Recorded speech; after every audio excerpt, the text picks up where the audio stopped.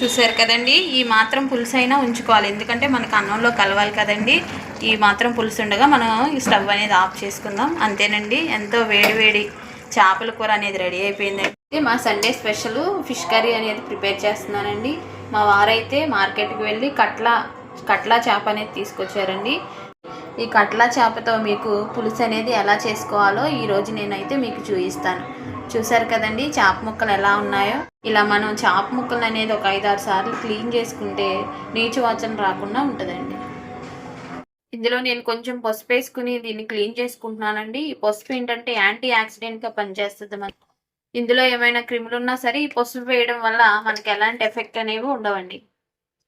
అలాగే ఒక నిమ్మబద్దం తీసుకుని ఇందులో వేసుకుని క్లీన్ చేసుకుంటున్నానండి. స్మెల్ రాకుండా ఉంటుందండి ఇలా క్లీన్ చేసుకుంటే.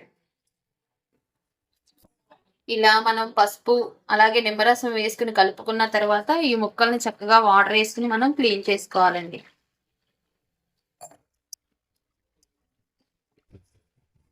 చూసారు కదండి, ఇలా చక్కగా క్లీన్ చేసి పెట్టుకున్నాక ఇప్పుడు ఇందులోకి మనం ఈ ఫిష్ ముక్కలు అనేవి మ్యాగ్నేట్ చేసుకుందామండి. ఇందులో రుచికి సరిపడినంత సాల్ట్ అనేది వేసుకుందామండి. అలాగే రుచికి సరిపడినంత కారం, కొంచెం పసుపు, అలాగే ఫ్రెష్గా దంచి పెట్టుకున్న అల్లం వెల్లుల్లి పేస్ట్, ఇవన్నీ చక్కగా మిక్స్ చేసేసుకుని ఈ ఫిష్ ముక్కలు అనేవి మనం ఒక ½ అన్ అవర్ పాటు పక్కన పెట్టేసుకుందామండి. ఇలా చేప ముక్కలకి ఉప్పు కారం ఇలా మనం అల్లం వెల్లుల్లి పేస్ట్ కలిపేసి ఇలా పెట్టుకోవడం వల్ల ఈ ముక్కలు అనేవి చాలా టేస్ట్ అనేవి ఉంటాయండి. అలాగే మనం తినేటప్పుడు కూడా మనకి మంచి రుచి తెలుస్తుంది.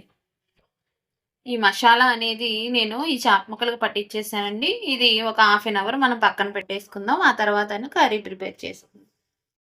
మనమైతే 1 కేజీన్నర చేప తీసుకున్నాం కదండి. దానికి నేను 2 ఆనియన్స్ అలాగే 5 మిర్చి అనేవి తీసుకున్నాను.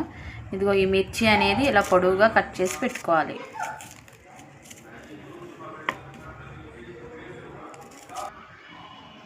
ఆనియన్స్ అనేది కట్ చేసుకుందాం. ఆనియన్స్ అనేవి ఇలా చిన్నగా మనం కట్ చేసి పెట్టుకుంటే మనకి గ్రేవీ అనేది కొంచెం ఎక్కువగా కనపడుతుంది. ముందుగా అయితే బాండీ పెట్టుకుని కొంచెం ఆయిల్ అనేది తీసుకుంటున్నానండి. నేను ఆయిల్ అయితే కొంచెం ఎక్కువగానే తీసుకున్నానండి, ఎందుకంటే మరి ఇది నాన్ వెజ్ కదండి, అందుకని చేపకి కొంచెం ఆయిల్ ఎక్కువ ఉంటేనే బాగుంటుంది. ఆయిల్ అనేది హీట్ ఎక్కిందండి. ఇప్పుడు ఆనియన్స్ అనేవి ఇందులో వేసుకుందాం.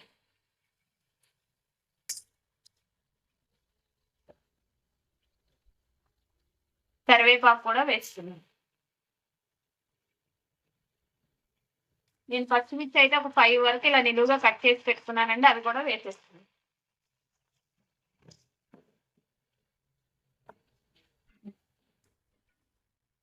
ఈ ఆనియన్స్ అనేవి మనకి గోల్డెన్ కలర్ వచ్చే వరకు ఫ్రై చేసుకుందామండి.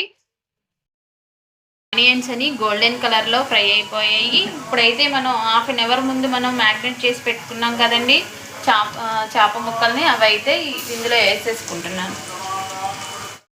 ఇలా చేప ముక్కలు అనేవి మనం ఇందులో వేసుకున్న తర్వాత గరిట అనేది పెట్టకూడదండి, ఎందుకంటే చేప ముక్కలు అనేవి విడిపోతాయండి. ఒకసారి మనం క్లాత్తో ఇలా పట్టుకుని ఇలా కలుపుకోవాలండి. ఇలా కలుపుకుని పెట్టుకోవాలండి. ఇప్పుడు మనం స్టవ్ అనేది సిమ్లో పెట్టుకుని మూత పెట్టేసుకుని ఒక 5 మినిట్స్ వరకు ఈ చేప ముక్కల్ని మగ్గించేసుకోవాలండి. ఇలా ఇందులోకి అయితే నేను చింతపండుని తీసుకుంటున్నానండి. ఒక పెద్ద నిమ్మకాయ సైజ్ అంత చింతపండుని తీసుకుని వాటర్ వేసుకుని దాన్ని నానబెట్టుకుంటున్నానండి. ఈ చింతపండు గుజ్జు వల్ల చేపల కూరకి చాలా టేస్ట్ వస్తుందండి. ఇది కొంచెం ఎక్కువ వేసుకుంటే మంచిదండి. ఈ చింతపండు రసాన్ని అయితే నేను ఆల్రెడీ ఇందక్కడ చేప ముక్కలు కలిపి పెట్టుకున్నాను కదండి, ఆ పాత్రలోనికి తీసుకుంటున్నానండి. అందులో కొంచెం కారం అవి ఉన్నాయి కదండి, అవన్నీ వేస్ట్ కాకుండా ఉంటాయి. ఇందులోనే మనం కూరకు తగినన్ని వాటర్ అనేవి ఇందులోనే తీసేసుకోవాలండి. ఇందులో 2 గ్లాసుల వరకు వాటర్ అనేది తీసుకున్నానండి. మనం చేప ముక్కలు వేసి 5 మినిట్స్ అయిపోయింది కదండి. ఇప్పుడు మూత తీసి పక్కన పెట్టుకుందాం. చేప ముక్కలు మగ్గిపోయండి చక్కగా. ఇందులోకి ఇవి మంచి కలర్గా కూడా వచ్చాయండి. ఇందులోకి మనం ఆల్రెడీ కలిపి పెట్టుకున్నాం కదండి చింతపండు గుజ్జు, అదైతే వేసేసుకుంటున్నాను.